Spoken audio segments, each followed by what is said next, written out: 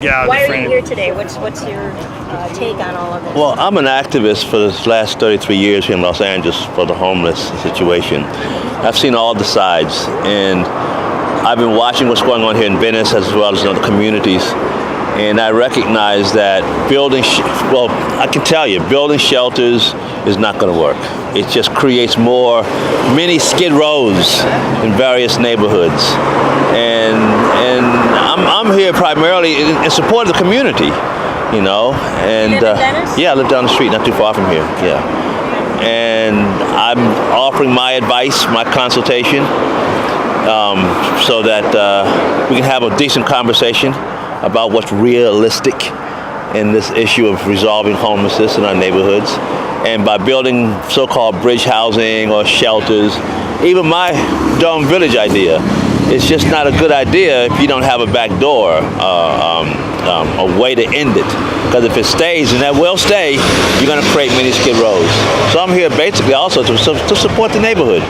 And what do you think about the way they conducted themselves, the official Garcetti and Bonin and the official?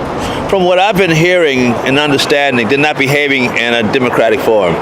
They're just kind of running slipshod over the people and trying to force something upon the community and not really even speaking with the community about their feelings and their concerns. I guess it's politically correct to say you want to put up shelters to help the homeless. But I'm telling you, it doesn't help the homeless. It just continues to exacerbate the problem, the situation. I think you said that you had been homeless at one time? Yeah, I became homeless on purpose back in 1985. And I thought I'd be there for a month or so, learning what it was about and trying to figure out where it come from and where to resolve it. And I ended up staying on the streets of Skid Row for 8 years down there, conscientiously learning. I did a lot of activism. A lot of what you see today in homelessness is a result of the work that we did back then. Some of it good, some of it bad. Like we're the ones, Justiceville, look it up, Justiceville.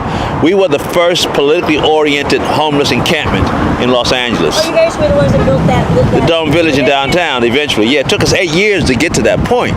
You know, and when we went to build the Dome Village, we went into the neighborhood there. It was a mixed commercial residential neighborhood, and we went there and we talked with the residents. We explained to them who we were, what we were going to do, and how it been. It worked out fine. It worked out very good. So what do you think is the solution for here? Well, here you need a back door. You need someplace realistic where people who are on that level of society can go and start their lives and be really productive. The fact of the matter is, you could build shelters all over the city if you wanted to. In everybody's neighborhood. Okay, fine. Now where do these people go in Los Angeles to live?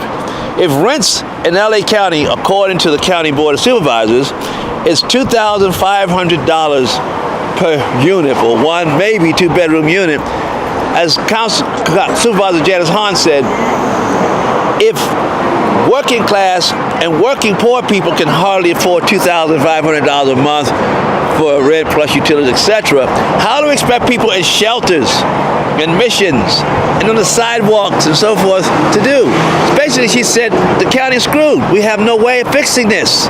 And most people in the community, average, everyday, hard-working people, smart-working people, have no idea that the city and the county has literally given up on fixing this. They can't. So what they're doing is they're shuffling things around, making the average person out there who's not astute in these issues believe and think that they are doing something when all they're doing is basically sweeping sand on the beach.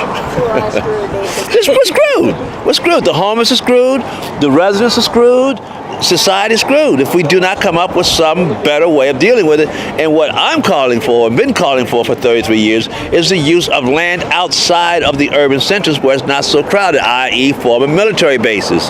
I'm working with a gentleman now who has ranch land in Santa Monica Mountains, willing to use his private property to set up dome villages or what have you, to begin to take people there and retrain them.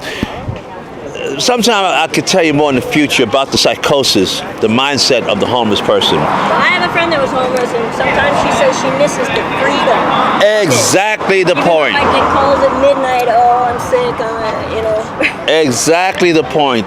What has happened now, because the city, the county, and the country has allowed this situation to go on, instead of facing the reality of what it is and seeking really to fix it, what has happened, these folks have become acclimated to the environment. And what you might think is misery, that is their tranquility in the misery. What you might think is mental illness, that's simply an adaptation to survival.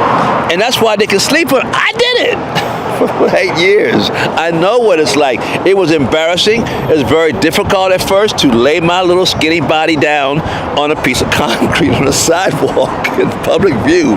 But as you do it 2 or 3 times, your body adjusts.